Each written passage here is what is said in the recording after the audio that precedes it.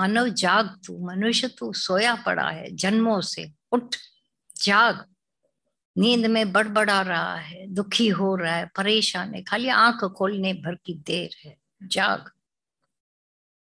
फिर सपना आ जाता है, फिर पहले वाले संस्कार स्वभाव हावी हो जाते हैं। से छुटकारा तो पाने के लिए आए हैं, ऐसा तो है नहीं।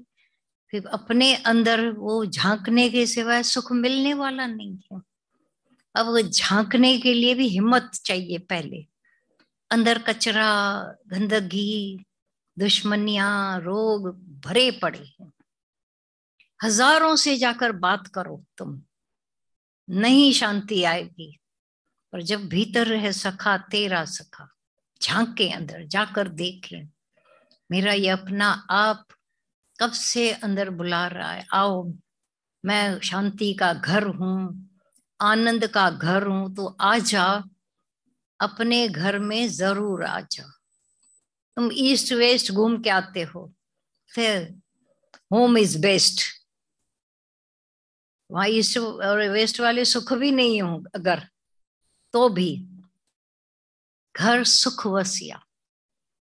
और अपने ही घर में आत्म राम, आत्मा के घर में जब पहुंच गए, ऐसा महासुखी हो जाते हैं थिर थाओ अपने स्वरूप में आने के सिवाय। और इतना कठिन भी नहीं है अपने आप को पहचानना और अपने आप में रहना। पर में तो दुख है, औरों के विकार देख देख कर ढोते हैं, दूसरों की चुगली से काटे हैं हमने कान को, आते आते भजन सुनाई पड़ा। दूसरों की चुगली से सारा समय चुगली, दुखी होते। फिर अपनी चुगली आकर करते, ज्ञान थोड़ा लग जाता है ना, फिर मेरे को ना मन ना आया, मेरे को ना ऐसा द्वेष आ गया, मैंने ना ऐसा किया। पहले औरों की चुगली, फिर अपनी चुगली, अपने स्वरूप में मगन नहीं होते। उस दिन भी कहा ना, मगन नाम दादा भगवान ने अपना भुलाकर सब में समा डाला। तो मगन रहो, आत्मा में मगन रहो, मस्ती में रहो।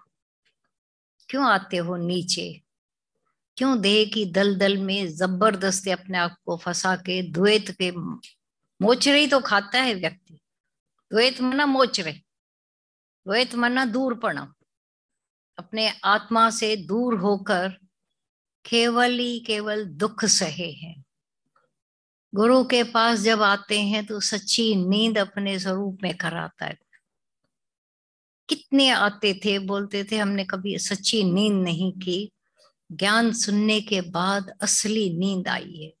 खुद दादा भगवान बोला करते थे, बोलते थे मेरे को 40 साल अपनी माया में रहना पड़ा थे, एक दिन भी राइट नींद नहीं थी मेरे को। और सत्संग में जिस दिन से हुआ है, मेरी असली नींद अपने सुख स्वरूप में नींद करता। तुम नसीब वाले हो, बोलते थे, बड़े भाग्यशाली हो जो छोटी उम्र में आए हो। उतना लॉस होने से तुम लोगों का बच गया, लॉस होने से बच गए तुम। तब लॉस का भी पता नहीं था, अक्ल ही नहीं थी ठिकाने।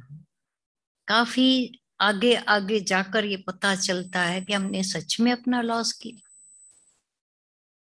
गुरु का संग मिले, सच्चे गुरु का संग, जहाँ सारी दुनिया गुरु का संग, सतगुरु गुरु मिले, सतगुरु का संग होवे, वहां छोटी छोटी टके टके की बातों से हम अपने आप को परेशान करते रहे। क्यों क्यों नहीं आकर अपने आप में समा जाते स्वरूप में, और अपना आप करके जब तक सबको नहीं देखा है।